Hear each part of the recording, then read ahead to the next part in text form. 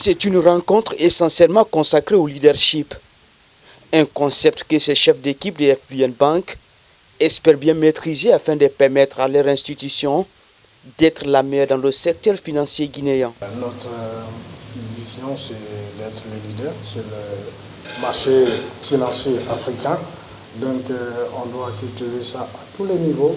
C'est pourquoi nous avons tenu quand même à obtenir cette formation sur le leadership pour encore renforcer les capacités de nos responsables de département, certains chefs d'agence, chefs de service, histoire de remobiliser davantage encore nos troupes et d'être beaucoup plus performants sur le marché financier guinéen.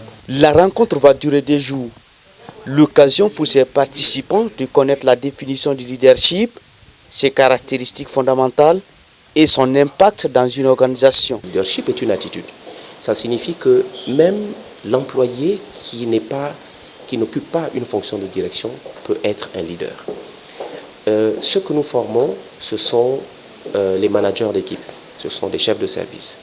Ces chefs de service, en se montrant des leaders, donneront l'exemple aux autres qui ne sont pas forcément des chefs de service. Et lorsque vous influencez positivement, lorsque vous donnez l'exemple en termes par exemple d'intégrité, vous donnez envie à d'autres personnes de vous suivre. À cette formation, les participants vont identifier et classer les obstacles liés au leadership et à la communication.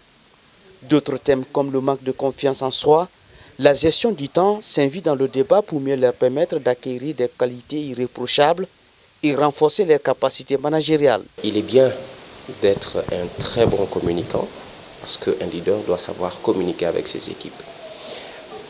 L'autre outil que l'on va aborder, c'est la gestion du temps.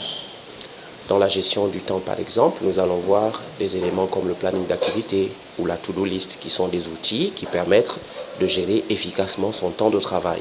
Cette formation est soutenue par l'Office national de formation et de perfectionnement professionnel. Une première après celle organisée en 2022 sur l'accueil clientèle.